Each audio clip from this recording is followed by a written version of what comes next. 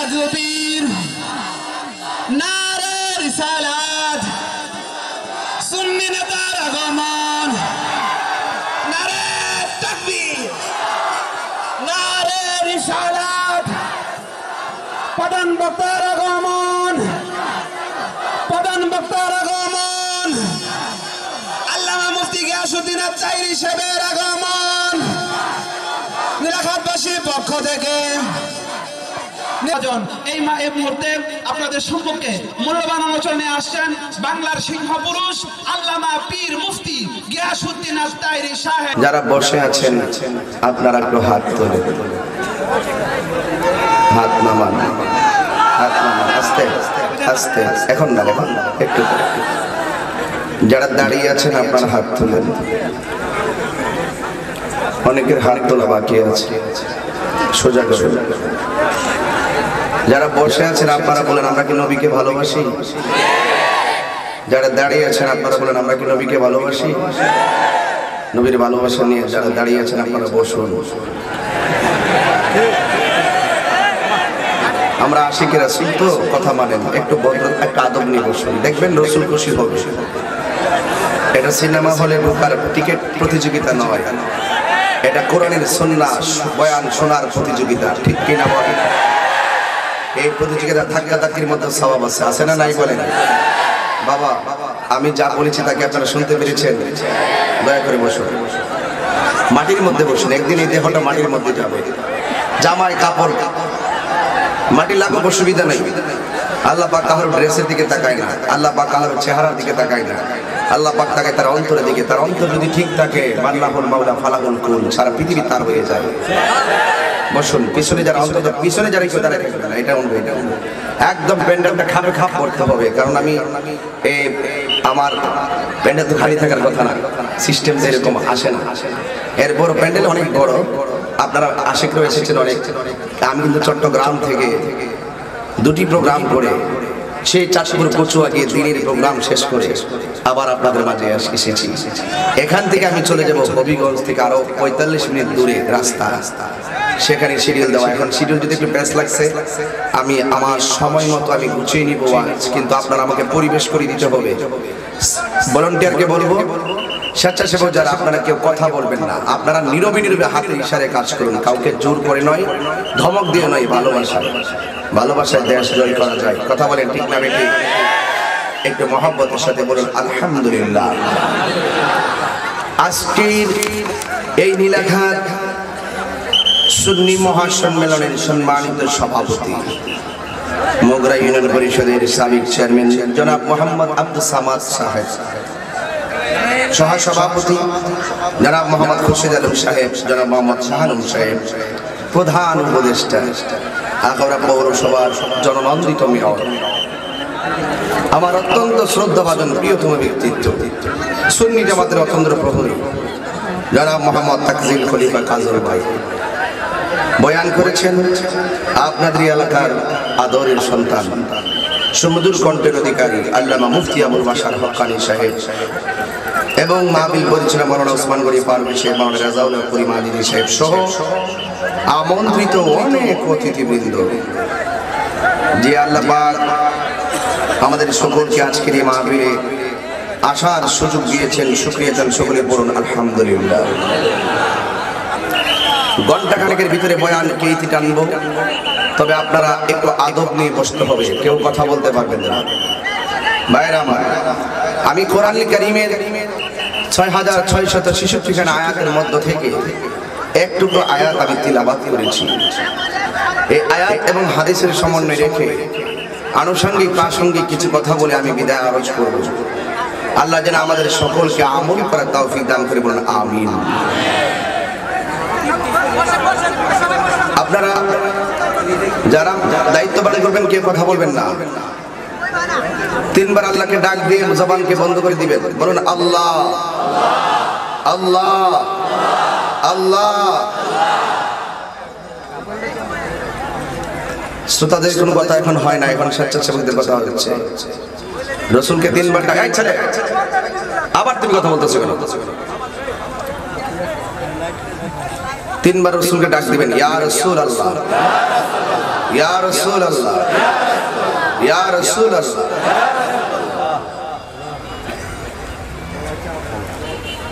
দুইবার আল্লাহকে ডাক দেন, আল্লাহু আকবার, আল্লাহু আকবার। হেদায়েতের মালিক কে? মওতের মালিক কে? ইজ্জতের মালিক কে? মাহফিল এনেছেন কে? আবার মাহফিল থেকে বাড়িতে নিয়ে যাবেন কে? সব কিছুর মালিক একজন, জবান খুলে বলুন তিনি কে?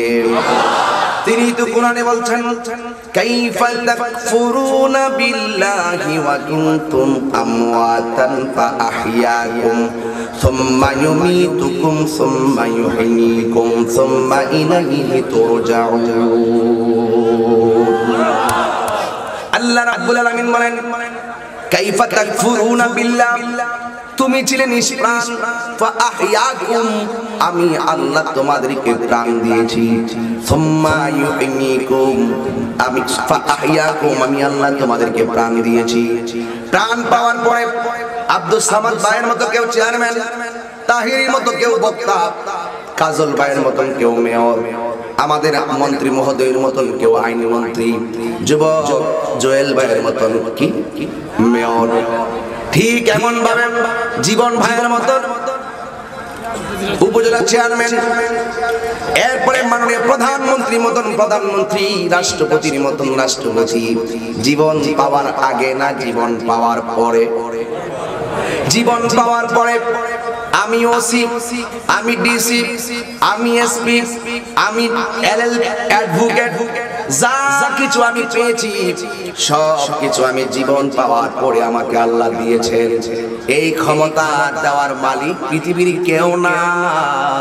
জবান খুলে বলো, ক্ষমতা দেওয়ার মালিক কে? আল্লাহ রাব্বুল আলামিন বলেন, আমি আল্লাহ যারে ইচ্ছা করি তাকে আমি আল্লাহ রাজত্ব দান করি, আবার যাকে ইচ্ছা করি তার কাছ থেকে রাজত্ব আমি আল্লাহ ছিনিয়ে নিয়ে নেই। ও যুবক, আমি মুর্দারে জিন্দা করে জিন্দারে মুর্দা করি, এর কারিগর পৃথিবীর কিতাব। মনিয়ন্দের বন্ধুরা, আমার আখাউড়া উপজেলার টানমান্দাল থেকে শুরু করে যত জায়গা থেকে আপনারা গোপীনাথপুর পর্যন্ত যারা এসেছেন, শুধু একটি কথা বলবো, আমি অনেক কিছু হলাম, আমি বক্তা হলাম, আমি বিশ্বাস হলাম, জীবন পাওয়ার পরে হলাম। আল্লাহ রাব্বুল আলামিন এই আয়াতের পরের শব্দ বলে দিয়েছেন, তোর পজিশন, তোর ক্ষমতা, তোর বাহাদুরি আমি আল্লাহ একটা খাবার মাধ্যমে শেষ করে দিব। এই আয়াতের মধ্যে আমার আল্লাহ বলেন, সুম্মা ইউমীতুকুম। আল্লাহ রাব্বুল আলামিন বলেন, আমি তোর সব পজিশন চোখের পলকে শেষ করে দিব। জবান বলে বলেন, সেই থাবার নাম হলো মরণ নামক থাবা। এই থাবা পাওয়ার পরে পৃথিবীর সব পন্থীগিরি শেষ, বক্তাগিরি শেষ, পিশাবগিরি শেষ, ইমামগিরি শেষ, খতিবগিরি শেষ, চেয়ারম্যানগিরি শেষ, মেম্বারগিরি শেষ, সব শেষ হয়ে গেল।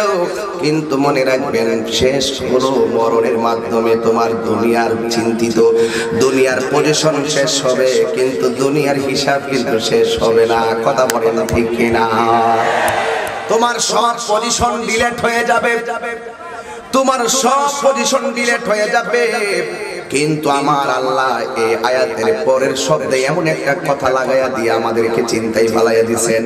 আল্লাহ বলেন, তোমাদেরকে আমি আল্লাহ জীবন দিয়েছি, আবার তোমাদেরকে মরণ দিব। আবার মরণ দেওয়ার পরে ভেবো না তোমার সব শেষ হয়ে গেছে।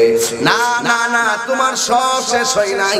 আল্লাহ বলেন, সুম্মা ইউহয়ীকুম, আমি আল্লাহ কবরের ভিতরে তোমাকে পুনরায় জীবন দিব। ও আল্লাহ, জীবন দিয়ে সেখানে কি করবা? দুনিয়ায় তো পাঠাইছো জীবন দিয়া, দুইটা কন্ডিশন। আল্লাহ বলেন, ও বান্দা, তোকে আমি টেন্ডার বাজির জন্য পাঠাই নাই, তোরে আমি রাহাজানি করার জন্য পাঠাই নাই, তোরে আমি খুন করার জন্য পাঠাই নাই, তোরে আমি ধিক্কার করে কথা বলার জন্য পাঠাই নাই, গীবত করার জন্য পাঠাই নাই, মানুষকে হত্যা করার জন্য পাঠাই নাই, বাবা খাওয়ার জন্য পাঠাই নাই, নেশা করার জন্য আমি আল্লাহ তোকে পাঠাই নাই। আমি আল্লাহ তোকে পাঠাইছি জিন জাতিকে পাঠাইছি। ওয়া মা খালাকতুল জিন্না ওয়াল ইনসা ইল্লা লিয়াবুদুন। আমি আল্লাহ রাব্বুল আলামিন তোকে বানিয়েছি আমি আল্লাহর গোলামি করার জন্য। দুনিয়াতে প্রথম জীবন ছিল না, তোরে জীবন দিয়েছি আমার গোলামি করার জন্য, কিন্তু পরে জীবনটা নেওয়ার পরে যে জীবনটা দেব এটা গোলামি করার জন্য নয়। তুই কি করেছিস সব কিছু কড়াই গন্ডায় হিসাব নেওয়ার জন্যই আমি আল্লাহ পুনরায় তোমাদেরকে জীবন দিয়ে দিব। জোরে জোরে বলুন সুবহানাল্লাহ। শুধুমাত্র তাই নয় যুবক ভাইরা আমার, দিলটা খুলো, কানটা জাগ্রত করো, দিমাগটা সহজ করো, পারলে 2 ফোঁটা চোখের পানি ছেড়ে দাও। একটা কথা মনে রেখো, গুরুস্থানে যারা গিয়েছেন তারা কিন্তু আর ফিরে আসে নাই, তুমি গেলেও তুমি আর ফিরে আসবে না। এক যুবকের দল কবরের ভিতরে যেই তোমাকে প্রাণ দিবে, দেওয়ার মূল কারণ হলো আল্লাহ বলেন ফামাইয়া আমাল মিসকালা যাররাতিন খাইরান ইয়ারা ওয়া মাইয়া আমাল মিসকালা যাররাতিন শাররান ইয়ারা। কোরআন শরীফ পড়লে খারাপ লাগে, কোরআন শরীফ পড়লে কষ্ট লাগে। এই যুবক আমার কথাগুলো মনোযোগ দিয়ে তোমাকে শোনাই লাগবে রে বন্ধু। আল্লাহকে প্রশ্ন করি, আল্লাহ দুনিয়াতে পাঠাইছো, মার পেট থেকে দুনিয়ার মধ্যে এসেছে, কিন্তু দুনিয়াতে এসে মা আমার ঘরে আমি বাস করেছি। ও আল্লাহ তুমি যে আবার নিয়ে যাবে, তুমি আমাদেরকে কোন ঘরের মধ্যে নিয়ে যাবে? যে এই ঘরটা তোমার পর ঘর নয়, নকল ঘর নয়। আপনারা বলেন ওই কবর ঘরটা কি আসল ঘর না নকল ঘর?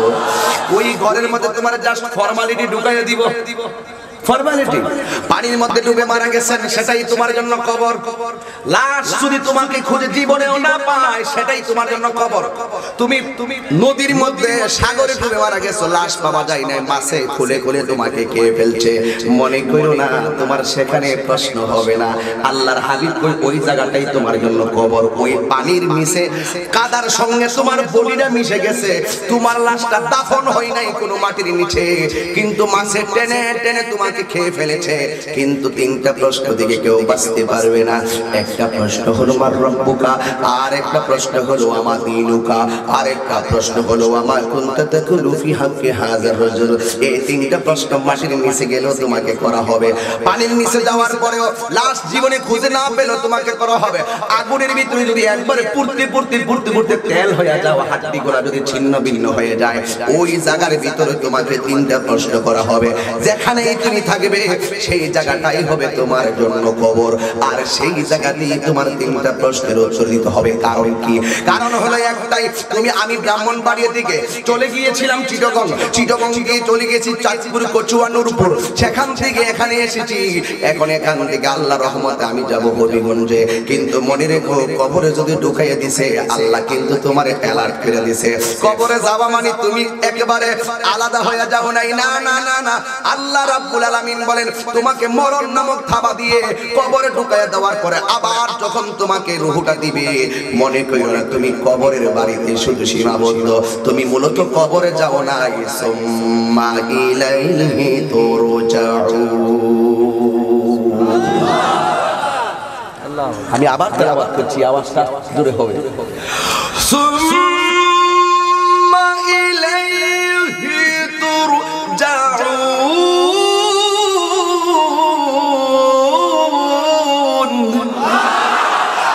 আমরা কার কাছে ফিরে যাব? এই জন্যই তো মৃত্যুর সংবাদটা যদি মনিয়ন্দে পান, মৃত্যুর সংবাদ যদি পান, নীলাখাদে কি পড়েন আপনারা? ইন্না, সবাই বলেন না, ইন্না লিল্লাহি ওয়া ইন্না ইলাইহি রাজিউন। এই শব্দটা কেমন হৃদয় বিদারক শব্দ! তুমি যখন কাহার মৃত্যুর সংবাদ শুনে ইন্না লিল্লাহ পড়বা, দিলের মধ্যে একটা টঙ্কা লাগাইয়া দিবা। আজকে এমন লোক মারা গেছে, আমি ইন্না লিল্লাহ পড়লাম, একদিন তো আমিও এমন ভাবে মারা যাব। মসজিদের মুয়াজ্জিন মাইক দিয়ে আমার মরণের খবর কইব। একটি সুখ সংবাদ, মুফতি গিয়াসউদ্দিন তাহিরি এতটা সময় দুনিয়া থেকে বিদায় হয়ে গেছে। একটাবার দিলের চোখটা খুলে ফেলো। ও যুবক, আরেকজনের লাশের খবর শুনে তুমি পড়েছো ইন্না লিল্লাহ বলেছো, কিন্তু মনে রেখো তোমার মৃত্যুর পরেও আবার ইন্না লিল্লাহ মানুষে পড়বে। আজকে তুমি জানাজার নামাজ পড়তে গিয়েছো, মনে রাখো একদিন তোমারও জানাজার নামাজ মানুষ পড়বে। এই জন্য যুবক, জানাজার মাঠে গিয়ে শিক্ষার আছে অনেক কিছু। যেমন করে আমি গত কয়েকদিন আগেও একটা জানাজার মাঠে দুইটা লাশ আসছিল একই টাইমে।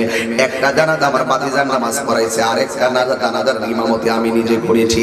একই মাঠে দুইজন একই সময় জানাজার নামাজ হয়েছে, কিন্তু তারা দুইজন অনেক চলাফেরা করেছে, অনেক জায়গায় গিয়েছে, অনেক পান বসে বসে মহিলাগুলা খেয়েছে। দুজনই ছিল মহিলা, লেনদেন করেছে, কিন্তু একই দিনে একই সময় মারা যাবে গো, এমন ভাবে যে একই ময়দানে লাশ হইয়া যাবে। এই চিন্তাটা তারা জীবনেও করতে পারে নাই। কারণ কি জানোনি? কারণ কে কোন দিন কোন সময় কোন সেকেন্ডে কোন জায়গায় মারা যাবে পৃথিবীর কেউ জানে না, একমাত্র একজন জানে রে বন্ধু। জবানটা খুইলা বলো না তিনি কে। এই জন্য আমার মা, আম্মা গো, তোমার সুকেজের ভিতরে প্রতি মাসে মাসে নতুন জামা না কিনলে সুকেজ সুন্দর হয় না। সুন্দর করে সুকেজ সাজাইলা কাপড় দিয়া, তোমার জীবনটারে সাজাইলা তুমি কি দিয়া? সুকেজের সুন্দর সাজানো তোমার কাছে এত ভালো লাগে। আমার নবী কয়, যার জিন্দেগিটা ঈমান আমল দিয়া সাজাইয়া ফেলে, ওই মানুষটা যখন কবরের ভিতরে যায়, ওই আমলগুলো তার কবরে আপন হয়ে কবরে চলে যায়। জবান খুলে কোন আল্লাহু আকবার। কত জানাজার পড়েছি নামাজ, দিয়েছি কত দাফন। কত জানাজার পড়েছি নামাজ, দিয়েছি কত দাফন। কোথায় যেন আছে আমার, কোথায় যেন আছে আমার তৈরি সাদা কাফন। কত জানাজার পড়েছি নামাজ, দিয়েছি কত দাফন। আমার তোরে বাধায় আছে কোন শেখে আগাটে, কোন মসজিদে এলান হবে সোয়াবে শেষে খাটে, ঠিক কিনা বলো? আমার তোরে বাধায় আছে কোন শেখে আগাটে, কোন মসজিদে এলান হবে সোয়াবে শেষে খাটে। কবে কোথায় করবে দাফন, কবে কোথায় করবে দাফন আমাকে সজন। জানাজার পড়েছি নামাজ,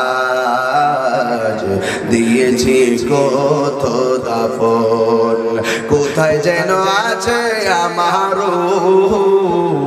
কোথায় যেন আছে আমার তৈরি সাদা কাফন।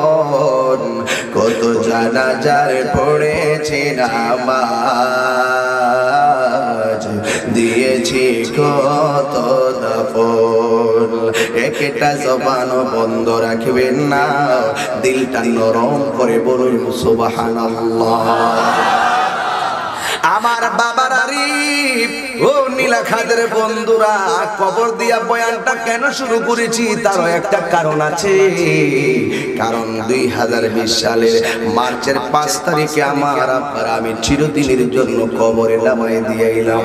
জীবনে কত 10টা মাস হয়ে গেল পরে কবরে নামাই দিয়ে এলাম। কত মানুষের চেহারা দেখি, কিন্তু আমার আব্বার মতো লাগে না। আমি তো মনে করি প্রত্যেকটা সন্তান তার বাবার জন্য এমন ভালোবাসা। কথা বলেন ঠিক কিনা? এ যুবক যুবক ও আমার বন্ধুরি, আমিও যাব ওই কবরে একদিন। আজকে বাবা, কালকে আমি। কথা কোন ঠিক কিনা বলে? এই জন্য যুবক নিজের বিল্ডিং এর জন্য জায়গা বাইনা করলা, কবরস্থানের জন্য তো তুমি জায়গা বাইনা করো নাই। দুনিয়ার টাকা দিয়া গুরুস্থান, পারিবারিক গুরুস্থান বানাইলে কবর তোমার শান্তি হবে না, কবরকে তোমার বাইনা করতে হবে ঈমান আর আমল দিয়া। তুমি যদি সুন্দর কইরা ঈমান আমলটারে সুন্দর কইরা যদি সাজাইতে পারো, ওই কবরে যাওয়ার পরে কবরের মাটি তোমার সঙ্গে ভালো ব্যবহার করবে। কথা বলেন ঠিক কিনা? এই জন্যই তো আমার নবী বলেছেন, আমার জীবনে আমি আল্লাহকে দেখার জন্য মেরাজে গিয়েছি, মেরাজ থেকে এসেছি। আসার পরে আমার নবী সাহাবাদেরকে ডাক দিয়ে বলেন, সাহাবারা আমার জীবনে আমি অনেক কষ্ট দেখেছি, আমার জীবনে অনেক আযাব দেখেছি। আল্লাহ আমারে জাহান্নাম দেখাইছে, আল্লাহ আমারে ফুলসিরাতের উপরে ফুলসিরাতটা দেখাইছে, আল্লাহ আমারে কবরের আযাব দেখাইলো। কিন্তু আমি যতগুলো আযাব দেখছি সব চাইতে কঠিন আযাব আমার কাছে মনে হয়েছে কবরের আযাব। জোরে বলে কিসের আযাব?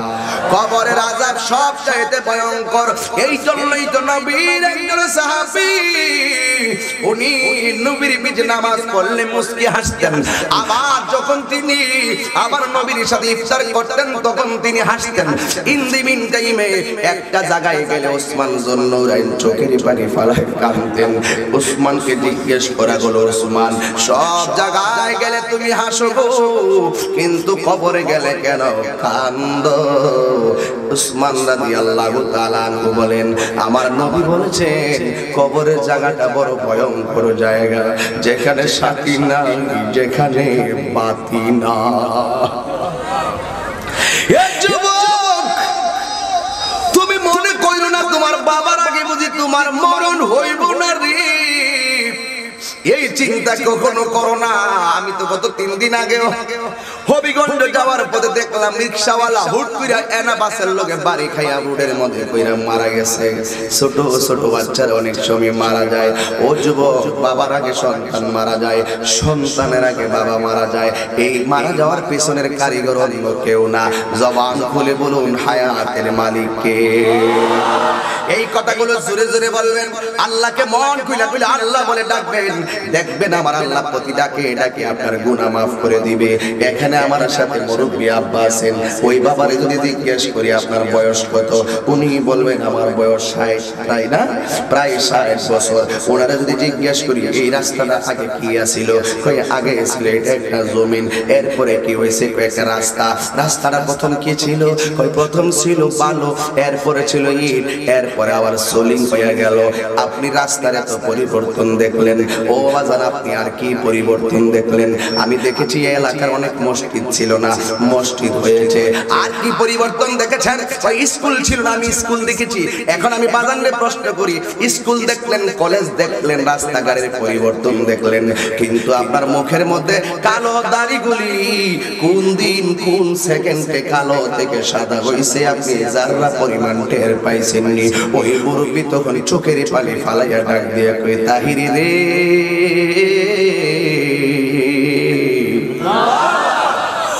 ও তাহিরি, সব পরিবর্তন দেখেছি, কিন্তু আমার কালো দাড়িগুলো কোন দিন সাদা হয়েছে আমি টের পাই নাই।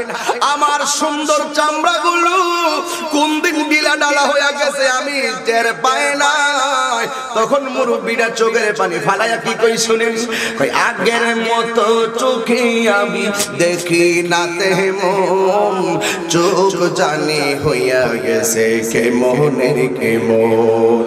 কেউ বুঝে না চোখে আমার কি হয়েছে, বলো কেউ বুঝে না চোখে আমার কে।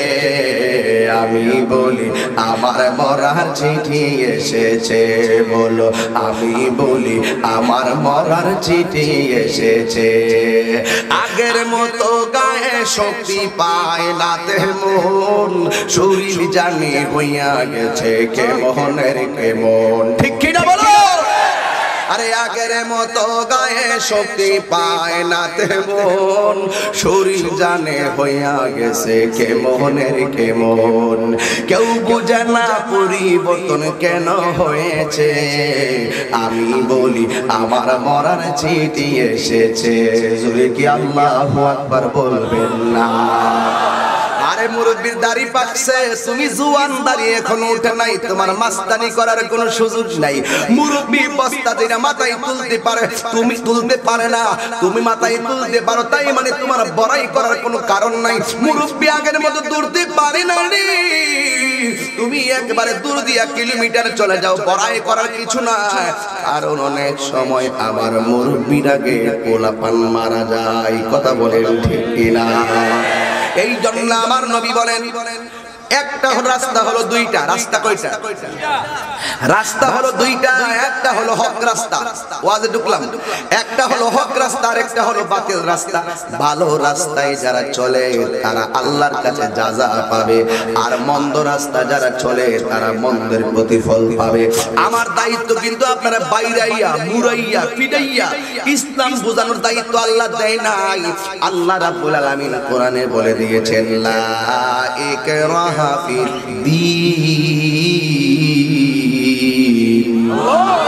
ধর্মের মধ্যে কোনো জোর জবরদস্তি নাই। তোমার কাজ হলো দাওয়াত দেওয়া, কে মানলো কে মানলো না এটা তোমার দেখার বিষয় নয়। তোমার কাজ হলো দাওয়াত দিয়ে দেওয়া। ঠিক আমার নবী একদিন আয়েশা সিদ্দিকার এমন একটা ডাক মারলেন, আপনারা বলেন আমার নবী দিনের দাওয়াত দিছে জান্নাতে যাওয়ার জন্য নাকি জাহান্নামে যাওয়ার জন্য? আরো জোরে কোন কোথায় যাওয়ার জন্য? জান্নাতে যাওয়ার জন্য আমার নবী সবাই দিনের দাওয়াত দিয়েছে। আজকে আমি এখানে এসেছি, আমি যা বলবো আপনারা তা মানবেন, আমি যা বলবো আমি নিজেও তা মানবো, তাইলে আমার ওয়াজটা কাজে লাগবে। কথা বল না ঠিক কিনা? আমার নবী আপনার নবী আয়েশা সিদ্দিকারে ডাক দিয়ে কয়, আয়েশা ও আয়েশা, আমি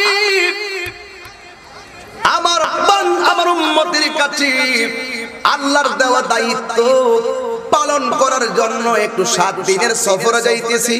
মারহাবা, রাজরে কোন মারহাবা।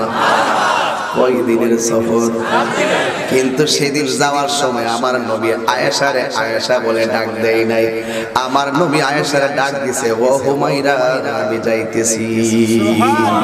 হুমায়রা শব্দটা আহমারন থেকে, হুমায়রা শব্দের অর্থ হলো লাল সুন্দরী, আহমারুন অর্থ লাল। আমার নবীর কাছ থেকে জানতে পারি স্ত্রীর নাম যদি হয় তাসলিমা, তুমি সব করে একটা সুন্দর নামে ডাইকো, দেখবা স্ত্রী আর অনেক খুশি হবে। কথা কোন ঠিক কিনা? আমার নবী ডাক দিয়ে কয়, আয়েশা ও হুমায়রা, আমি কোরআনের দাওয়াত দেওয়ার জন্য আমি বিধর্মীদের কাছে যাব। এটার নাম হলো তাবলীগ। এটার নাম কি? তাবলীগ করা কিয়ামত পর্যন্ত জায়েজ। তাবলীগ করা কিয়ামত পর্যন্ত জায়েজ। যেই তাবলীগ আমার নবী করেছেন, যেই তাবলীগ আমার নবীর সাহাবারা করেছেন, এখন বর্তমানে যে তাবলীগের নামে মসজিদে আসে এটার নাম তাবলীগ না, এটার নাম হলো তালিম। তালিম আর তাবলীগ এক জিনিস না। শিক্ষিত মানুষ ভুল করেন কেন? এই শিক্ষিত ভাইরা ভুল করেন কেন? তাবলীগ একটি চিরন্তন চ্যালেঞ্জের নাম। খাজা গরিবের আওয়াজ সেই তাবলীগটা করেছিলেন, আমার নবী করেছিলেন, নবীর সাহাবারা করেছিলেন। বেদিনদের কাছে দ্বীনের দাওয়াত দেওয়ার নাম তাবলীগ, আর মুসলমানদের কাছে মুসলমানদের চরিত্র আচার আচরণ ব্যবহার শিক্ষার লক্ষ্যে তাদের কাছে নামাজ রোজা হজ যাকাতের যে সবক দেওয়া হচ্ছে এটার নাম হলো তালিম। তাবলীগ আর তালিম এক জিনিস নয়। তাবলীগ হলো একটি চ্যালেঞ্জের নাম। ঠিক কিনা বলে?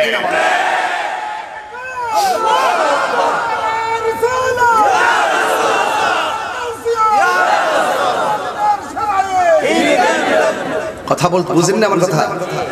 তাবলীগ মানে হলো কঠিন চ্যালেঞ্জের নাম। বিধর্মীর কাছে দ্বীনের দাওয়াত দেওয়া এটা বড় কঠিন জিনিস। আর তালিম হলো বর্তমানে তাবলীগ যে মসজিদের মধ্যে আসে এটাকে বলা হয় তালিম। এই জন্য আমি ওই দিনও তাবলীগের কয়েকটা বাইরে বোঝাইয়া দিছি, ভাই what is the difference between তাবলীগ এন্ড তালিম। তাবলীগ এবং তালিমের মধ্যে পার্থক্য কি সে বলতেই পারে না। না আমাদের হুজুর কইছে, আমাদের মুরব্বী কইছে, এইভাবে আমরা চলে এসেছি আর কি। হ্যাঁ, আমি এইভাবে চলে আইছি, তো এটা সিস্টেম চালু হয়েছে। আমি বলছি শোনো বাবা, মসজিদে কেন বাহিরে একটা তাবু পারো, তাবু গেড়ে ওখানে মক্তবের মতন এলাকাবাসীকে শিক্ষা দাও। মসজিদ হলো ইবাদতের জায়গা, নট হোটেল খানা। বুঝো আজ কিছু আজ কি বুঝে আসে?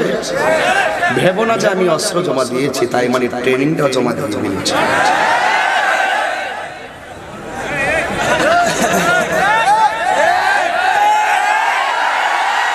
শুনুন, একটি কথা বলি, ইসলাম কি মারামারি ধর্ম না শান্তির ধর্ম? জবান খুলে বলুন। সেই শান্তির ধর্ম ইসলাম। ইসলামের কয়েকটা অর্থ আছে, একটা হলো শান্তি, আর একটি হলো মানবতা, আর একটি হলো একতা, আরেকটি অর্থ হলো ভ্রাতৃত্ব। ইসলামের আরেকটি অর্থ হলো সাম্য। এই জন্য পৃথিবীতে যখন সারা পৃথিবী ছিল মানবাধিকার বিহীন, তখন 1450 বছর আগে আল্লাহর হাবিব সাম্যের ডাক দিয়ে হিন্দু, বৌদ্ধ, খ্রিস্টান, মুসলমান সকলের মাঝে অধিকার, মানবাধিকার প্রতিষ্ঠা করেছেন। ইসলাম এমন একটা ধর্ম, যেই ধর্ম মন্দির ভেঙ্গে মসজিদ বানাইবা তুমি এটা সাপোর্ট করে না, ঠিক কিনা বলো? হিন্দু যেই ঘাটের পানি খায় মুসলমান সেখানে গোসল করে, হিন্দু যেই বাজারে বাজার করে মুসলমান সেখান থেকে বাজার করে। আমি চ্যালেঞ্জ, আমার বাংলাদেশের যেমন সাম্প্রদায়িক সম্প্রীতি, হিন্দু, খ্রিস্টান, বৌদ্ধ, নাসারা, মুসলমান যেইভাবে চলাফেরা করে, সাম্প্রদায়িক সম্প্রীতি, এত শান্তি বিশ্বের মধ্যে কোথাও পাবে না, ঠিক কিনা বলো? সেই সাম্প্রদায়িক সম্প্রীতিকে বিনষ্ট করার জন্য একদল মানুষ পিছনে লেগেছে। আমরা এ ব্যাপারে অ্যালার্ট থাকতে হবে, ঠিক কিনা বলেন বাবা? রাগ করবেন না, জাতীয় ধারায় কথা বলছি, লোকালি কোনো পলিটিক্স নিয়ে কথা বলছি না, জাতীয় ধারায় কথা বলছি। ইসলাম হলো শান্তির ধর্ম, ঠিক কিনা বলেন? ইন্নাদ-দীনা ইনদাল্লাহিল ইসলাম।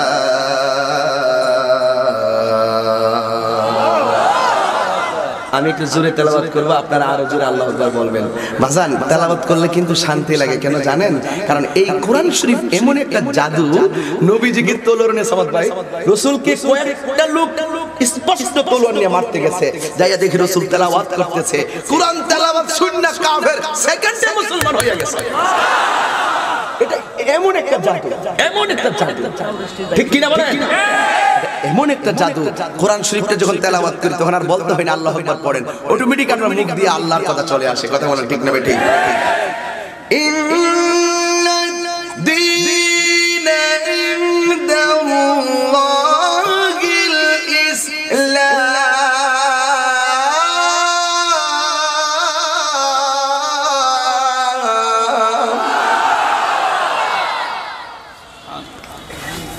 ভালো লাগে তেলাওয়াত শুনতে, ভালো লাগে। আজকে সারাদিন আপনারা কোরআন শরীফ পড়ছেন কিনা আমি জানি না, এই জন্য একটু বেশি কোরআন তেলাওয়াত করছি। শুধু কোরআন শরীফ তেলাওয়াত করলে যে সওয়াব হয়, শুনলেও একই সওয়াব হয়। আমার নবী যাওয়ার সময় তার স্ত্রীর নাম কি বলছিলাম? কথা বলে না, আয়েশা।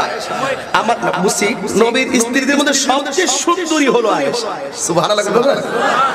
আমার নবী বলেন, হুমায়রা আমি একটু যাচ্ছি। আয়েশা সিদ্দিকাকে একজনের প্রশ্ন করছিল, আয়েশা আপনি তো নবীর সঙ্গে ঘর সংসার করতেছেন, আমাদের দেশে না একটা জায়গা দুইটা বিয়ে করলে এক বড় ভালো রাখে গ্রাম আর এক বড় টাউন, ঠিক না? ওই টাউনের টাউনে ঘোরাঘুরি করে যেটা সুন্দর আর কি, আর গ্রামের মধ্যে প্রথম বিয়ে যেটা করছে না বাড়ি করে সংসার টংসার এটা যে দীক্ষা রাখে এটার খবর লয় না, আসেনি মেমো? কিন্তু আমার নবীজি বলছেন সবাই সমানভাবে তিনি মহব্বত করতেন। কথা বলেন ঠিক কিনা বলেন? একদিন আয়েশা সিদ্দিকারে যেহেতু রাসূল এত মহব্বত করে, তো আয়েশা সিদ্দিকারে জিজ্ঞেস করছে, আয়েশা আপনি তো নবীর সঙ্গে ঘর সংসার করতেছেন, আপনাকে তো নবী অনেক মহব্বত করে, একটু বলেন না নবীর চরিত্রটা কেমন? বাপ রে বাপ। একটা কথা মনে রাখবেন, হাদিস শরীফের মধ্যে আছে সবচাইতে স্বামী ভালো জানবে তার স্ত্রী, সে কতটুকু ভালো। কথা বলেন ঠিক কিনা? তো আয়েশা সিদ্দিকা কি উত্তর দিয়েছেন দেখেন। আয়েশা তুমি বলো না নবীর চরিত্রটা কেমন ছিল। বাপরে বাপ কি প্রশ্নের উত্তর দিল শুনলি। আয়েশা সিদ্দিকা ডাক দিয়ে কয় তোমরা জানতে চেয়েছো নবীর চরিত্রটা কেমন ছিল, আমার কাছ থেকে সরে যাও। গোটা কুরআনটাই হলো নবীর চরিত্র। কোরআনের মধ্যে কোনো সন্দেহ আছে? কোনো সমস্যা আছে? নবীর মাঝেও কোনো সন্দেহ নাই, কোনো ত্রুটি নাই। কথা বলেন ঠিক কিনা বলেন। উত্তরটা কি দিয়েছে? আয়েশা সিদ্দিকার জীবনে একটা হাদিস একবার শুনলে আর দ্বিতীয়বার শুনতে হয় না। তিনি 2310টা হাদিস তিনি বর্ণনা করেছেন। মুকসিরিন যত রিওয়ায়াতকারী কয়েকজন, এর মধ্যে একজন হলো হযরত আয়েশা। এবার আয়েশা সিদ্দিকাকে একজনে প্রশ্ন করছিল, আয়েশা ইউসুফ নবীর মজলিসে মিশরীয় মেয়েরা ফল কাটতে গিয়ে আঙ্গুল কাটতে ফলাইছে, টের পাইছে না। আচ্ছা বলুন তো নবী যদি ওই মজলিসে যাইতো তাইলে তারা কি করত? আয়েশা সিদ্দিকা ডাক দিয়ে কয় নবী যদি যাইতো তাহলে ওরা কলিজাটা কাইটা টুকরা টুকরা বানায় ফেলতো, এরপরে তারা জাররা পরিমাণ টের পাইতো না। এই আয়েশার একটা বুদ্ধিদীপ্ত উত্তরে সকল মানুষ মুগ্ধ হয়ে যেত, আর তিনি খুব চিন্তাশীল ব্যক্তি ছিলেন। এবার আয়েশা সিদ্দিকা বললেন, ও আয়েশা আমি যাবো একটু বিধর্মীদের কাছে দিনের দাওয়াত দেওয়ার জন্য। আয়েশা সিদ্দিকা তো স্ত্রী, একটু টেনশন তো করবেই। স্ত্রী স্বামীর কোনো বিপদ আপদ হোক এটা স্ত্রী কি চায়? ডাক দিয়ে কয়, ইয়া রাসূলুল্লাহ আপনি যেখানে তাবলীগ করতে যাবেন ওখানে তো একজন আপনার পক্ষের লোক নাই, ওরা সবই তো অন্য ধর্মের লোক। আপনি যদি দিনের দাওয়াত দেন, যদি আপনার কোনো ক্ষতি হয়। আমার নবী উত্তর দিলেন, এটা জানা দরকার সবাই। আমার নবী ডাক দিয়ে আয়েশা আল্লাহ আমাকে এমন 6টা মর্যাদা দিয়েছেন, এই 6টা মর্যাদা পৃথিবীর কোনো নবীকে দেয় নাই। আল্লাহ আমাকে এমন 6টা মর্যাদা দিয়েছেন যে 6টা মর্যাদা পৃথিবীর কোনো রাসূলকে দেয় নাই। দিয়েছে? এর মধ্যে একটা হলো আমি নবী হলাম শেষ নবী। আদম নবী বলতে পারবে আমি শেষ নবী? ইব্রাহিম নবী বলতে পারবে আমি শেষ নবী? আল্লাহ আমারে বানাইছে শেষ নবী। 1 2 নম্বর, প্রত্যেক নবীদের জন্য এক একটা এরিয়া ছিল নামাজের, কিন্তু আমি নবীর জন্য আমার উম্মতের জন্য গোটা পৃথিবীর জমিনটাকে আল্লাহ মসজিদ বানাই দিয়েছে। 3 নম্বর ওয়ানুসিরতু বিররবে, আমার 2টা জায়গায় 2 কান্দের ভিতরে এমন 2টা চোয়াল আল্লাহ দিয়ে দিয়েছেন, যারাই আমাকে মারতে আসবে তারা আমাকে দেখে ভয় পেয়ে চলে যাবে। এই জন্য আমার নবীজিকে কোন যুদ্ধের ময়দানে শহীদ করতে পারে নাই।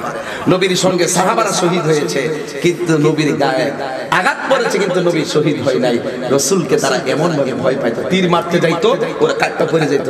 এত চমৎকার রাসূলের দিকে এত চমৎকার একটা ভীতি ছিল আল্লাহ হাবিবের কাছে, একটা ভয় আতঙ্ক কাজ করতো, নবীরে মারলে আল্লাহ বরদাস্ত করবে না। কথা বলেন ঠিক না বেঠে? এবার আমার নবী তাবলীগ করতে চলে গেলেন। 7 দিন পরে আমার নবী যখন সেখানে গিয়েছেন, যাওয়ার পরে নবীজি 2টা অস্ত্র ব্যবহার করছেন। কয়টা অস্ত্র? কথা বলেন কয়টা অস্ত্র? 2টা অস্ত্র, একটা হলো লাঠি আর একটা হলো তলোয়ার। ঠিক কি না? ঠিক। এই বুঝছো তো? এটা ঠিক।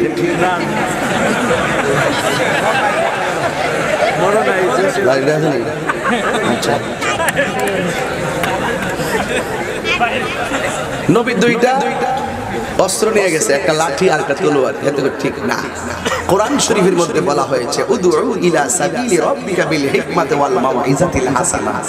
নবী 2টা অস্ত্র নিয়েছেন, একটা হলো সুন্দর ব্যবহার আর একটা হলো হিকমত। সুবহানাল্লাহ, আল্লাহু আকবার বলেন না কেন? একটা হলো সুন্দর ব্যবহার। ব্যবহারে কিসের পরিচয়? কথা কেন? ব্যবহারে কিসের পরিচয়? ব্যবহার যার সুন্দর, মানুষ তারে ভালোবাসে সুন্দর। আমার নবী গিয়ে সেখানে তাদেরকে বললেন আপনারা কেমন আছেন? ওরা ডাক দিয়ে কয় জীবনে কত মানুষের সঙ্গে চললাম, এত সুন্দর মিষ্টি মধুর ভাষায় ভালো মন্দ শুনি না। এবার ডাক দিয়া কয় তুমি কে? তুমি কার গোলামি করো? আমার নবী ডাক দিয়া কয় তোমারে যে বানাইছে, আমারে যে বানাইছে, আমি সেই আল্লাহর গোলামি করি। ওই লোকটা কয় কি সুন্দর উত্তর দিল রে। কিন্তু ওই বিধর্মীগুলো নবীর ব্যবহার আর নবীর চেহারা দেখে দেখে কালিমা পড়ে অনেকগুলো মুসলমান হয়ে গেছে। ভাইরাল লাগে না? গাইলানো লাগে না? ওয়াজের ভিতরে লক্ষাধিক মানুষ নিয়ে বয়ান করেছিলাম চিটাগং। পিছনের মানুষগুলো দেখা যায় না, উপরে প্যান্ডেল নাই, মানুষ কারি কারি। শুধু একটা কথা বলেছি, চুর করে ভালোবাসা আদায় করা যায় না, ভালোবাসা দিয়া ভালোবাসা আদায় করতে হয়। কথা বলেন ঠিক কিনা? এক মাইয়া রাস্তা দিয়া যায়, যদি যাই বলো আই লাভ ইউ, এই মেয়ে ডাক দিয়ে বলবে খবরদার তোমার কি বোন নাই, তুমি আমারে কেন এমন কথা বলো? তুমি বললা ভালোবাসা কি অপরাধ? মেয়ে বললো না অপরাধ না, তুমি যেইভাবে বলছো যেন তুমি আমারে দইরা ফেলাইবা, এটা তো সিস্টেম না। ছেলে ডাক দিয়ে কয় না অবশ্যই তুমি আমাকে মহব্বত করতে হবে, ভালোবাসতে হবে। জোর করে যদি কাউকে কিডন্যাপ করা হয়, অত্যাচার করা হয়, আপনারা বলেন জালেমদের শাস্তি আছে না না? আমার নবী ওখানে মারতে যায় নাই। আমার নবী বললেন এ আয়েশা, আয়েশা তুমি আমার জন্য চিন্তা করো না। নবী গেলেন 7 দিন পরে আসবেন, কিন্তু নবীর স্ত্রী আয়েশার আব্বার নাম হলো হযরত আবু বকর সিদ্দিক, যার রওজাটা নবীর পাশে হয়েছে ক্ষমতার জোরে হয় নাই, টাকার জোরে হয় নাই। আবু বকর সিদ্দিক রাদিয়াল্লাহু তাআলা রওজাটা নবীর পাশে হয়েছে, কিন্তু টাকার জোরে নয়, সম্পদের জোরে নয়, একমাত্র ভালোবাসার জোরে, ভালোবাসার গুণে নবীর পাশে জায়গা পেয়েছে। আজকে নীলাখাতের মানুষ যদি তোমরা একান্তিকে যদি নবীর জন্য ভালোবাসা উপস্থাপন করো, আমরাও যদি করি, আপনারা যদি করেন, আপনার ঘরটা হতে পারে ভাঙ্গা, কিন্তু নবীর মহব্বতের কারণে আমার রাহমাতুল লিল আলামিন তোমার ঘরে আসার ক্ষমতা আছে না না? আরো জোরে বলে আছে না না? ইয়া ইয়া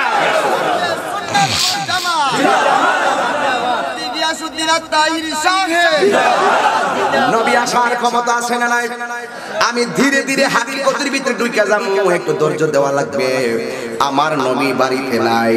আমার দেশে দেখবেন কোন মেয়ের জামাই যদি বিদেশ থাকে, মেয়ের বাবা মা ভালো একটা রান্না করলে মেয়ের জন্য পাঠাই, কথা কোন ঠিক কিনা বলেন? আবার বাড়ির মধ্যে কিছু ছেলের বউ আইতাছে, মেয়েদেরকে কিছু করতে চাইলে আপনারই সব রাইতে হেয়ানো দালাই হেয়ানো কি থা, তাহলে আপনি বুঝাইয়া দিবেন তোমারও তো ছেলে মেয়ে আছে, একদিন তোমার মেয়েও যদি বিয়ে দাও, তোমার মেয়ের জামাই যদি বিদেশ যায়, তোমারও মন চাইবো তারে ভালো মন্দ দিয়া খাওয়ার জন্য, কথা বলেন ঠিক কিনা? এবার আয়েশা সিদ্দিকা ঘরের ভিতরে, হযরতে আবু বকর সিদ্দিক রাদিয়াল্লাহু তাআলা আনহু বাড়িতে আসলেন। আয়েশা ডাক দিয়ে কয় আয়েশা আমি তোমার আব্বা, আমি শুনেছি রাহমাতুল লিল আলামিন বাড়ির মধ্যে নাই। আয়েশা সিদ্দিকারে যদি আমার নবী বিয়ে করে, আবু বকর হয় আমার নবীর শ্বশুর, আর আমার নবী হয় আবু বকরের মেয়ের জামাই। কিন্তু জীবনী খুঁজা দেখেন আবু বকর কোনদিন আমার নবীর জামাই কইয়া ডাক দেই নাই।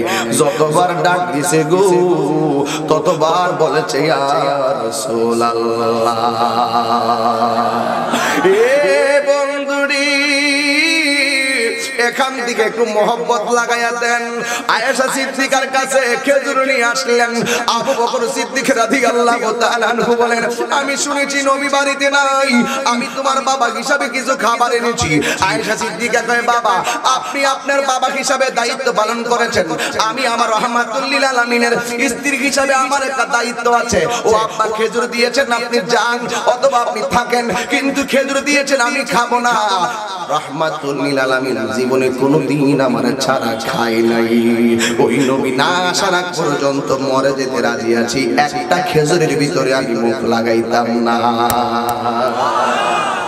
এটা হলো দাম্পত্য জীবন।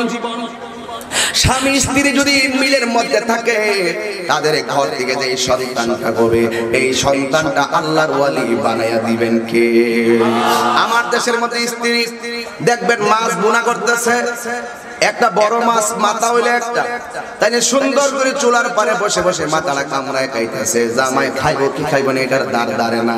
আবার অনেক জামাই আছে আখাওড়া ঘুরতেছে, মাঝে মাঝে চাইনিজ খাইতেছে, বউয়ের কাছে একদিন কয় না। এটার নাম দাম্পত্য জীবন নয়। আমার নবী যা খেতেন স্ত্রীকে দেওয়ার চেষ্টা করতেন। এ আমার মা হাসির খুরাক দিচ্ছি না, বোঝার জন্য বলছি, কারণ আমার নবী হলো আমাদের জন্য উত্তম আদর্শ। লাকাদ কানা লাকুম ফি রাসূলিল্লাহি উসওয়াতুন হাসানা। নবীর মাঝে আমাদের জন্য উত্তম আদর্শ আছে না নাই? এ যুবক, এবার আমার নবী 7 দিন পরে বাড়িতে আসলেন। আয়েশা দেখছেন, আয়েশা সিদ্দিকা এই খেজুরগুলা নিয়ে দাঁড়ায় রইলেন। এবার ডাক দিয়ে ও আয়েশা তোমার আমি খেজুর দিয়ে যাই নাই, খেজুরগুলা পাইলা কোথায় থেকে?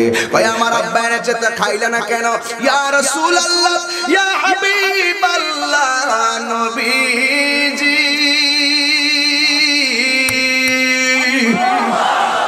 আপনি তো কোনদিন আমার ছাড়া খান নাই, আপনার ছাড়া আমি কেমনে খাবো।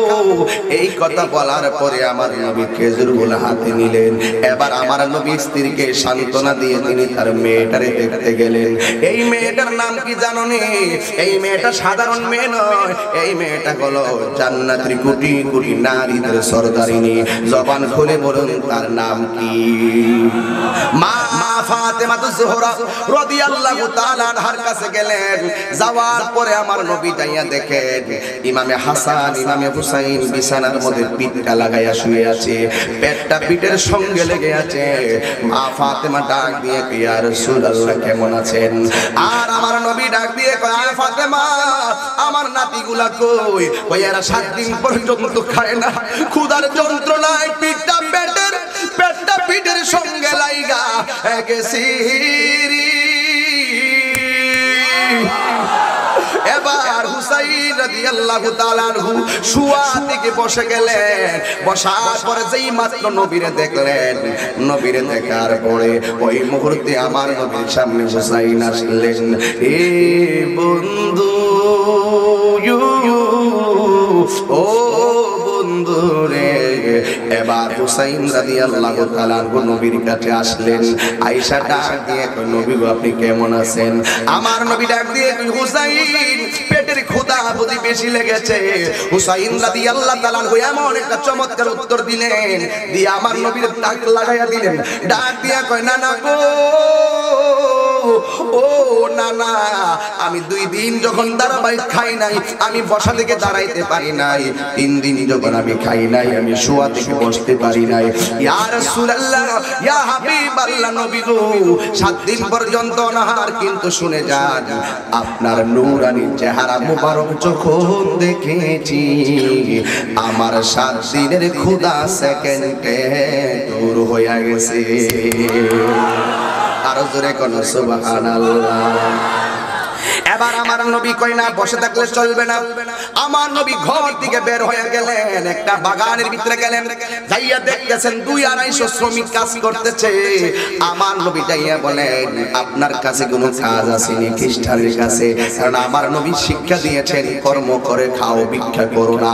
খেটে খাও কিন্তু ভিক্ষা করো না, হাত পেতো না। এবার আমার নবী রাহমাতুল লিল আলামিন যেই মাত্র বলল, ও আল্লাহর বান্দা, আপনার কাছে কোনো কাজ আছে নি? খ্রিস্টান ডাক দিয়া কই, একটা কাজ আছে। কই কি? কই কূপের ভিতরের দিকে পানি তুলতে হবে, পানি তুললে আমি একটা করে খেজুর আপনারে দিমু। এবার আমার নবী হলো দুনো জাহানের মালিক, দুনো জাহানের বাদশা। আমার নবীর হাতে দু জাহানের ধনভাণ্ডারের চাবি। এরপর আমার নবী গিয়ে চাকরি চালাশ কইরা উম্মতদেরকে শিক্ষা দিয়েছে। এবার আমার নবী কয়, দেন বালতিটা দেন। এবার বালতিটা নিলেন। এমন একটা রশি, অনেকগুলা মানুষ বালতি দিয়ে পানি তুলতে তুলতে রশিটা কি কইডা রে না না মানে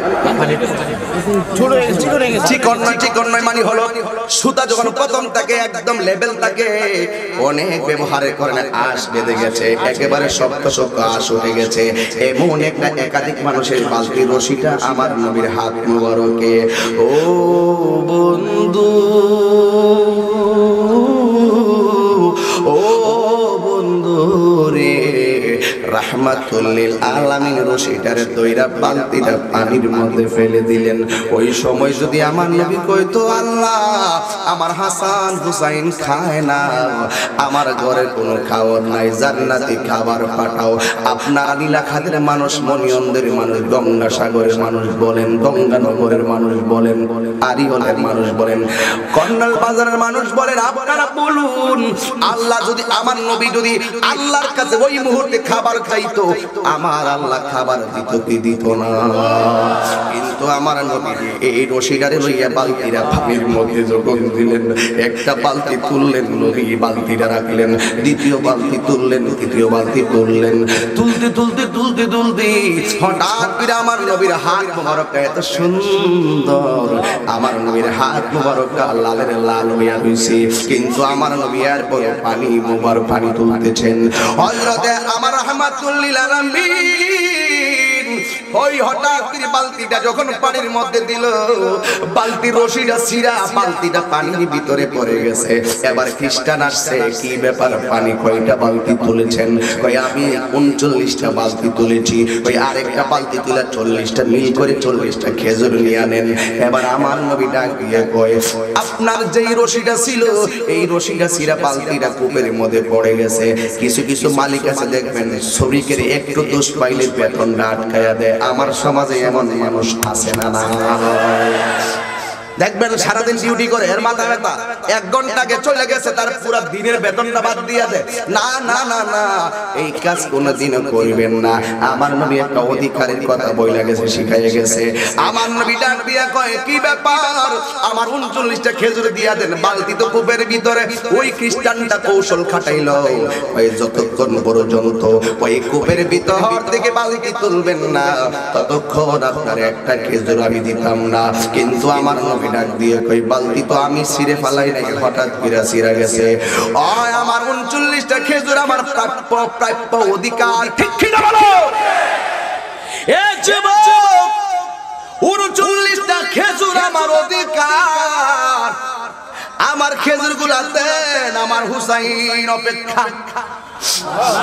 এবার ওই লোকটা কয়, কিরে 200-250 লোক চাকরি করে, কোনদিন তো কোন শ্রমিক অধিকারের কথা কয় নাই। আমার সমাজে দেখবেন উচিত কথা কইলে দোষ, কথা কোন ঠিক না, উচিত কথা কইলে দোষ। বিশুদ্ধ শেষ কইরা উচিত কথা কইলেই দোষ, হক কথা বললেই দুঃসত্য তিতা। তাই বলি কি সত্য বন্ধ করা যাবে নাকি? তাহিরির বিরুদ্ধে যে এত কিছু হয়, তাহিরি কি হক বলা বন্ধ করে দিছে? প্রয়োজনে জীবনটা নবীর জন্য উপহার দিয়ে দিন, এর বেশি আর কিছু পারতাম না। প্রয়োজনে জীবনটা দিয়ে দিতে পারবো। 23 বার গাড়ি ভাঙছে, বড় বড় লাঠি লইয়া দাও লইয়া, কোনোদিন ভয় পাই নাই। আমার বাবার ভাগ্যবান কে আছে নবীর স্লোগান দিতে যায় আর রাজপথে মরে যাওয়া। ঠিক না বেঠি? হাত তুলে বলো ঠিক কি না বলো? আল্লাহু আকবার। এটা দেখছেন দুটো মুখ আমার সময় উজ্জ্বলের তার দিবেন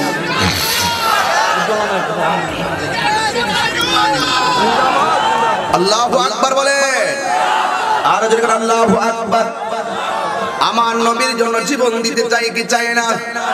কান্দাইও না ও নবীজি, বুকে নাও আমায়, কান্দাইও না নবীজি, বুকে নাও আমায়। কিছু চাই না, শুধু মাত্র তোমায় আমি চাই। কথা কোন ঠিক না? তুমি যদি আমার হও দিব উপহার, দয়াল জীবনটাই আমার। দিতে চাই কি চাই না? তুমি যদি আমার হও দিব উপহার, দয়াল জীবনটাই আমার। তুমি বললে চলে যাব, তুমি যাব যে তাই নাও সে তাই। কিছু চাই না, শুধু মাত্র তোমায় আমি চাই। জোরে কি আল্লাহু আকবার বলবেন না?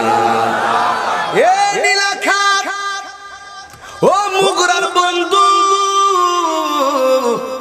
ও মনিয়ন্দের বাবা, টান মান্দাইলের বাবা, মাটা মাতার বাবা, কত গ্রাম আছে নাম ধরে বলবো কত।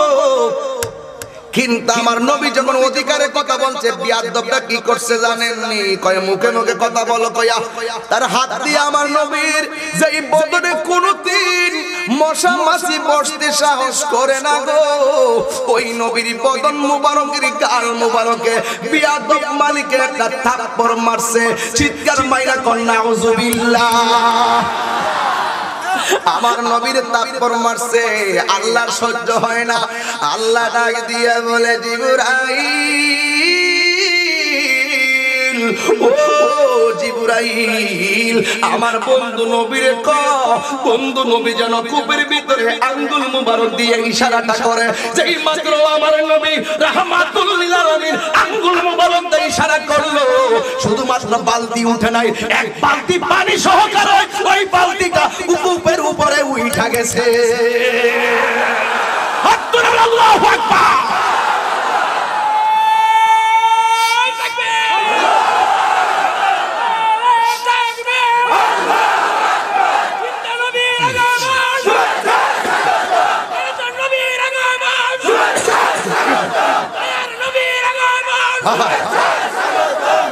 আল্লাহু আকবার বলেন, আর জোরে করে আল্লাহু আকবার।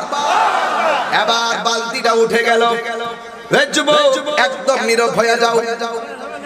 মনে রেখো এই মুহূর্তে আমার নবীর গায়ে আঘাত, মনে রেখো ওয়াজটা এই মুহূর্তে নবীর গায়ে থাপ্পড় মুবারক, থাপ্পড় মেরে দিয়েছে নবীর গাল মুবারকে, থাপ্পড় মেরে দিয়েছে নবীর গাল মুবারকে। এই জন্য আমি শুরুতে বলছিলাম দুনয়নে রাসূল আখরাত নাই প্রথম বলতেছি মনে হয়, ওই দিন মনে হয় দরকার নেই 17 শরীফ বলছিলাম মনে হয়। দুনয়নে রাসূল পাক দেখলে কেমন হতো, জন্ম আমার নবীর যুগে হলে কেমন হতো, জন্ম আমার নবীর যুগে হলে কেমন হতো, কেমন হতো? কেমন হইতো? শুধু ভালো নয়, ও থাপ্পড় মারছে, ওর চাপার দাঁত ফেলে দিতাম। ঠিক কি না বলো? নবীর আমলে যদি জন্ম হতো, তালহার মতন বুকটা পিছাইয়া দিতাম, যত তীর পারস তাহির বুকে মার, নবীর গায়ে মোবারকে লাগতে দিতাম না। ঠিক কি না বলো? এই জন্য বাংলাদেশ থেকে আক্ষেপ করতেছি, দয়াল নবীর পিছে নামাজ পড়লে কেমন হতো, জন্ম আমার নবীর যুগে হলে কেমন হতো। ঠিক কিনা বলেন? নবীরে থাপ্পড় মারছে, আমার নবী আঙ্গুল মুবারকের ইশারা দিয়ে বালতিটা তুলছে, তোলার পরে 40টা খেজুর নিয়ে চলে গেছে। হঠাৎ করে লোকটা কই, কিরে কত ডিউটি করলাম, কত জনরে মারলাম, কিন্তু এমন অশান্তিতে কোনোদিন লাগে নাই, খায়া শান্তি পাইতাছি না, ঘুমায় শান্তি পাইতাছি না, আমি কারে মারলাম, লোকটারে এমন ভাবে থাপ্পড় মারলাম, একটু প্রতিবাদ করে নাই। আবার এটা কেমন মানুষ রে, আঙ্গুল দিয়ে ইশারা করছে, কূপের ভিতর থেকে ভাল দিপটাইছে, এই লোকটা কি সেই লোকটা নাকি? আমার আম্মা যে মরার আগে কইছিল, পুত্রে আমি এমন জনের হাতে হাত থেকে মুসলমান হয়ে গেছি যে মারলেও প্রতিশোধ নেয় না। ইসলাম মানে মারার ধর্ম নয়, ইসলাম মানে হলো কুলাকুলির ধর্ম। কথা বলেন ঠিক কি না বলে? ডাক দিয়ে এই লোকটা কি সেই লোকটা নাকি যার ব্যাপারে আমার আম্মা বলেছিল এই লোকটারে মারলেও কথা কই না, এর অসাধারণ প্রতিভা। রাস্তা দিয়ে হাঁটলে মেঘমালা ছায়া দেয়, আর রাস্তা দিয়ে হাঁটলে পাথরগুলো তুলার মতো নরম হয়ে যায়। এই লোকটা কি সেই লোকটা নাকি যার আঙ্গুল দিয়া ঝর্ণার পানি বের হয়, যে এই পানিগুলো হাউজে কাউসারের পানির মতন স্বাদ মনে হয়? এই লোকটা কি সেই লোকটা নাকি? বইলা মনের ভিতরে শান্তি নাই। এই জন্য প্রায় সময় বলতো টাকা পয়সায় শান্তি মিলে না রে, শান্তি কোথায় পায়? মনের শান্তির মতো শান্তি খুঁজে দেখলাম নাই। কিন্তু মনে রেখো ওই লোকটা রাত্রে বেলা ঘুম হয় না। এবারে বেয়াদবি মাফ করবেন, এইভাবে ছুরিটা হাতের মধ্যে নিয়ে এমন জ্বালা উঠলো, কই আমি কারে মারলাম? আমার মনে হয় এই লোকটা সেই লোকটাই হবে। ডান হাতটার ভিতরে একটা ছুরি দিয়ে একটা কূপ মারছে, ডান হাতটারে কাটতে কাটতে কাটতে কাটতে কাটতে কাটতে একেবারে বডি থেকে আলাদা বানাইয়া বাম হাতের মধ্যে হাতটা লইয়া সোজা নবীর বাড়ি দৌড় মারছে। নবীর বাড়ির পাশে একটা মসজিদ, যেই মসজিদের নাম মসজিদে নববী, ওই মসজিদে নববীর কাছে কাটা হাত লইয়া গেছে। একটা মানুষ যদি কাটা হাত লইয়া রাস্তা দিয়ে দৌড়ানি দেয়, মানুষের ভয় লাগে কি লাগে না? এবার মসজিদের ভিতরে একটা সাহাবী বসে রইছে, ওই সাহাবীর নাম হলো হযরতে সালমান ফারসি। ও বন্ধু, ও আখাউড়ার বন্ধু। এবার লোকটা হাতটা নিয়ে দাঁড়াইয়া কই নবী কোথায়? সালমান ফারসি রাদিয়াল্লাহু তাআলা মসজিদ থেকে বের হয়ে আসলেন। আসার পরে কই নবী তো বাড়িতে গেছে। এবার ওই লোকটা ডাক দিয়ে কই সালমান, আমার নবীর বাড়িতে নিয়ে যাও। জবানটা খুইলা বলতে হবে ইয়া রাসূলুল্লাহ। এবার নবীর বাড়িতে গেছে। রুমাল আসিনি কাহারো? একটা রুমাল আমার কাছে দাও। আমার নবী যাওয়ার সময় পায় এইভাবে আমার নবীর মাথা মুবারকের ভিতরে এমন ভাবে রুমাল মুবারকটা বাঁধছে, বান্দা এই জায়গাটা এমনি রাখছে, আর এই জায়গাটা একটু বেশি বাড়াইয়া রাখছে। কেন বাড়াইছে জানেন? কারণ আছে। কারণ হলো একটাই, ফাতেমা যদি দেখে নবীর গাল মুবারকে আঙ্গুলের ছাপ লাগে। ফাতেমা যদি দেখে নবী মাথা মোবারকের মধ্যে যদি আঙ্গুল লাগিয়ে আছে, হুসাইন যদি দেখে নবীর গাল, যদি দেখে আঙ্গুলের তারপর দাগ লাগিয়ে রয়েছে, হুসাইন কইবো আল্লাহ আমি। ফাতেমা যদি দেখে নবীর গাল মোবারকে তারপরের দাগ, ফাতেমা তো খাইতো না, ডাইরেক্ট আল্লাহরে কইবো আল্লাহ তোমার বন্ধুরে তো তুমি কালিমুল্লাহ কও নাই, তোমার বন্ধুরে তো তুমি সফিউল্লাহ কও নাই, তোমার বন্ধুরে তো তুমি নাজিউল্লাহ কও নাই, হাবিবুল্লাহ কইয়া দুনিয়াতে পাঠাইয়া কেন এত মার খাওয়াইতাছো? আল্লাহ গো তুমি সিদ্ধান্ত দাও ফাতেমা আমি কি করতাম? এ যুবক, ফাতেমা তো নীলাকান্তের ফাতেমার মতো না রে, যেই ফাতেমা জান্নাতের কুটি কুটি রমণীদের জরদালিলি।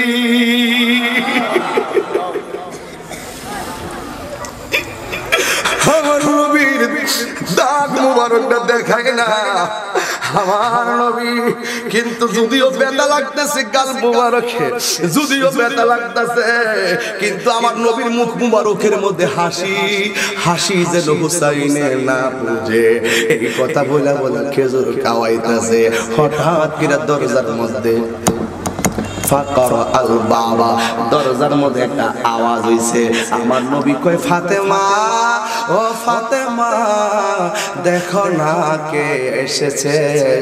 মা ফাতেমা দরজাটা খুললেন, কইলা দেখলেন, ডাক দিয়া কই ইয়া রাসূলুল্লাহ, জীবনে কত মানুষ আপনার বাড়িতে এসেছে, আপনাকে খোঁজ করার জন্য এসেছে, কিন্তু এই লোকটা একটা অদ্ভুত মানুষ এসেছে, আপনি যাইয়া দেখেন গো নবী।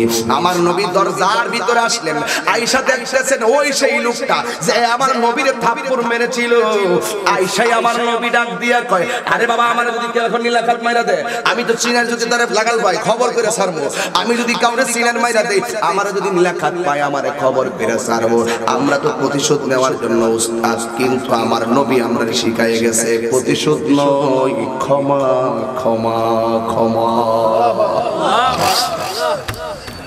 আমার নবী যখন দেখলেন লোকটা কাটা হাত নিয়ে দাঁড়িয়ে রয়েছে, নবী দেইকা কি কই শুনেন, আমার নবী ডাক দিয়া কয়, আপনি যে আমার একটু আগে মারছেন, আপনার হাতের মধ্যে কোনো ব্যথা পাইছেন? লয়া কই কি তারে আমি কি কইতাম, কি কইতাম, এটা কেমন নবী রে, আমি কারে মারলাম, আমি কারে মারলাম, আমি কার গায়ে আঘাত করলাম, আমি কোন নবীর গায়ে আঘাত করেছি? আজকে নবীর বিরুদ্ধে কথা কয় উম্মত তুই ঘরে ঘুমায়া থাকোস, আজকে নবীর বিরুদ্ধে বিসৎকার কইরা কথা কয় উম্মত তুমি ঘুমায়া থাকো, ঘুমায়া তাইকো না, ঘুমায়া তাইকো না।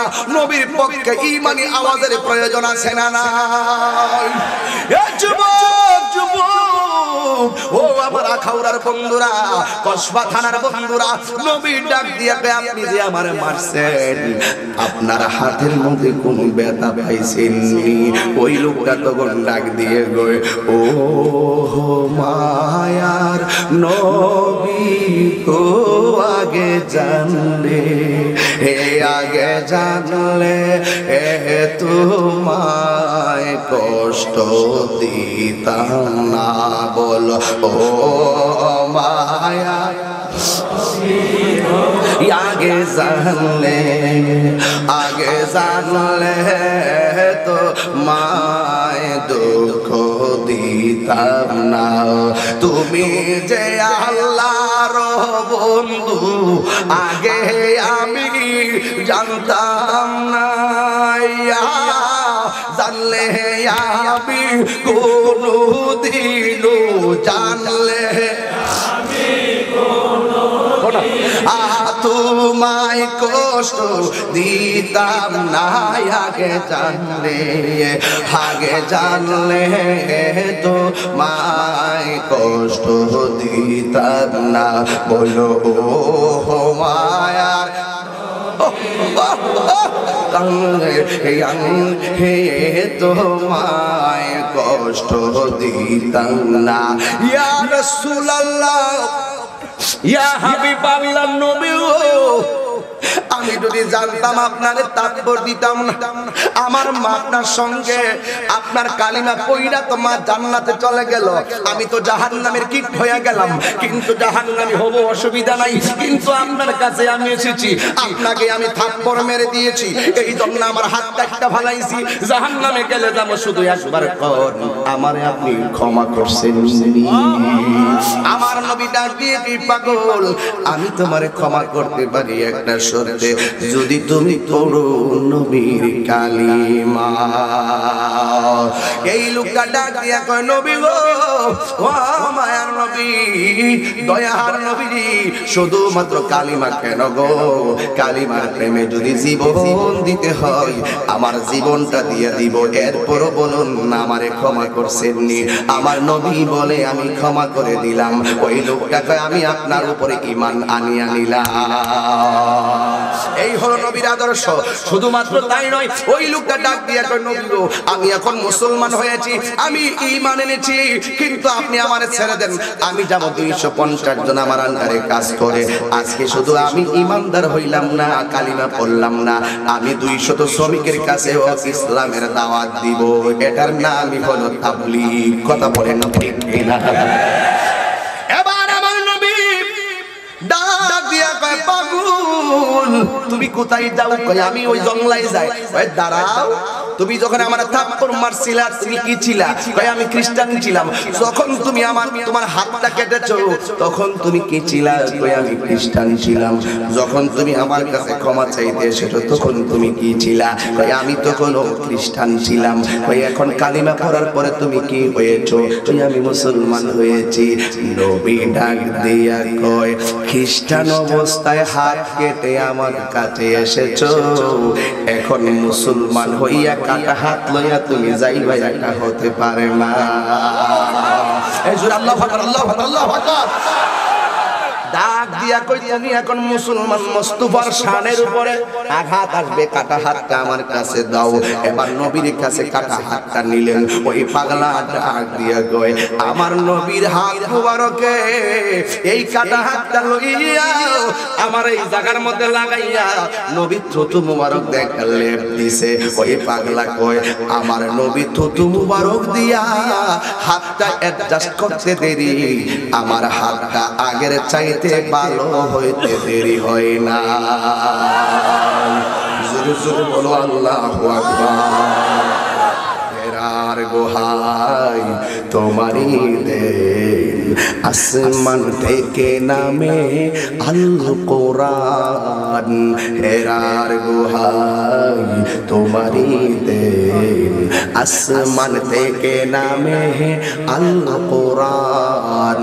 ভাঙলো সবার ভুল তোমারই উপরে, আসলো কোরআনের ছায়া তলে। খালিদ মোর আলী আবু বকর ইসলামী ঝান্ডা নিল যে তুলে। আল আমিন তুমি ছিলে চিরদিন সকল মানুষের তরে। হে রাসূল তোমাকে ভুলি আমি কেমন করে। হাত তুলবেন সবাই, একটু হাত নামান, একটু হাত নামান। আমি একটা প্রেম দিয়ে যাই আপনাদের মাঝে। আমি তো অনেকদিন পরে এসেছি বাবা, যদি এসেছি কিন্তু আমি তো আপনাদের কাছে নতুন নই, কিন্তু আপনাদেরকে মিস করি। সবার যদি মোবাইল থাকে দেখেন, এখানে A10 স্যামসাং একটা সেট হারিয়ে গেছে। আমার কিস্তিতে তোলার সময় মনে হয় রাস্তায় পড়ে গেছে এই সেটটা। নিজাম ভাইয়ের মোবাইল, আরেকটা হলো উজ্জ্বল গ্রামের একটা মোবাইল পড়ে গেছে আর কি। যদি কেউ মাটি থেকে পেয়ে থাকেন আমার কাছে দয়া করে দিয়ে দেন। দেখেন ভাই, আমরা মাহফিল শুনতে আসছি, দেখবেন একদম ধ্বংস হয়ে যাবেন। যদি কেউ পেয়ে থাকেন আমানত দিয়ে দেন, আমি খুশি হব ইনশাআল্লাহ। এই মোবাইল যদি কেউ পেয়ে থাকেন, দুইটা মোবাইল আমার কাছে দিয়ে দিবেন বা স্টেজে পৌঁছায় দিবেন ইনশাআল্লাহ। একটু আমার সাথে একটু যারা মোবাইল আনছেন আপনারা একটু মেহেরবানি করে, যারা মোবাইল আনছেন আর কি, আপনারা একটু ফ্ল্যাশ লাইটগুলো জ্বালান। এই আখাউড়া থানায় করে এইভাবে কোনো সময় ওয়াজ করি নাই, একটু ফ্ল্যাশ লাইটটা জ্বালান তো দেখি বাজান, অন্ধকার অন্ধকার লাগতেছে। আমি আপনাদের একটু দেখতাম চাইতেছি, কারণ লাইট আরো লাগাইবা। এই বাবা নাম কি নাও?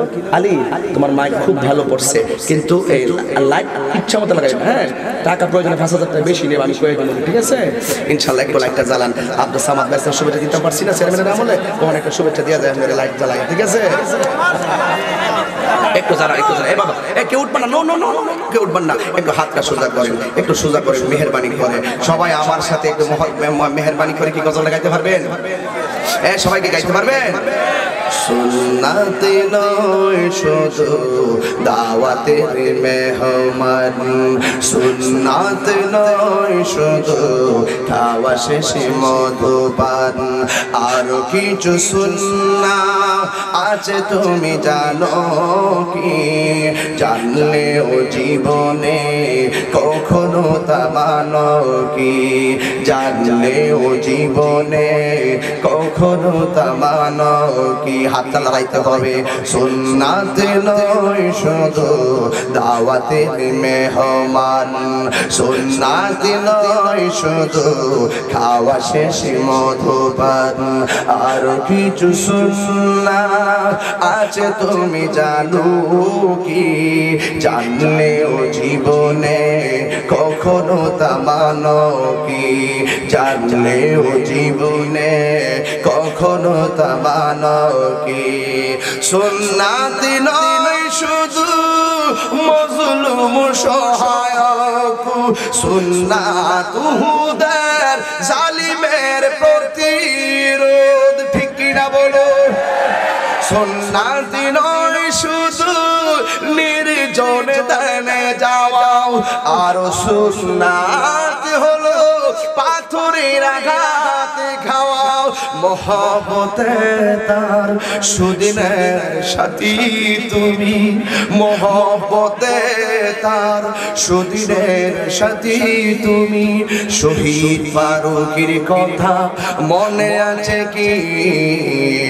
আরো কিছু সুন্নাত আছে তুমি জানো কি? জানলেও জীবনে, নবীর মহব্বতে হাত নামাই ফেলছেন, হাতটা তুলে রাখেন না। জানলেও জীবনে কখনো তা মানো কি? জানলেও জীবনে কখনো তা মানো কি? লাইটটা জ্বালাই দাও, হাত নামান, হাত নামান। কষ্ট হয়েছে আপনাদের? কষ্ট হয়েছে আপনাদের? আমার নবীর সাথে কাহারও তুলনা চলে? আরো যেরকম চলে? এই জন্য যুবক ভাইরা আমার, আপনাদেরকে আমার কিছু কথা আছে। এই যুবক, এদিকে তাকাও, ফলো মি। একটু কথা বলো না বাবা, একটু রাখো, একটি কথা শুনুন আপনারা। একটি কথা বলে আপনাদেরকে, জীবনে যদি জিরো থেকে হিরো হতে চান, নেশা করবেন না, নেশা করবেন না। এই নেশা কি এলাকায় আছে? সাবধান, সাবধান। নেশা আপনার জীবন ধ্বংস করবে, নেশা আপনার পরিবারটাকে ধ্বংস করে দিবে, নেশা আপনার ঈমানকে ধ্বংস করবে, নেশা আপনার পরকাল মুক্তি থেকে দূরে সরিয়ে দিবে, ঠিক কি না বলো? এখন আমি তোমাদেরকে বলতে চাই, বাবা বন্ধ, বাবা বন্ধ বলেন, বাবা জোরে বলেন, বাবা। ইয়াবা, ফেন্সি, গাঞ্জা, সুদ, ঘুষ, চুরি, ডাকাতি, মুনাফিকি, চুগলখুরি, গীবত, মাকে কষ্ট, বাবাকে কষ্ট, আল্লাহ কবুল করুন। এবার আসেন নামাজ, নামাজ, জোরে বলেন নামাজ, আরো জোরে বলতে হবে নামাজ। তোদের ঠুট লড়ছে না, চলবে গেলে তো ঠুটটা লাগবে, একটা সাথে বাড়ি লাগবে তো,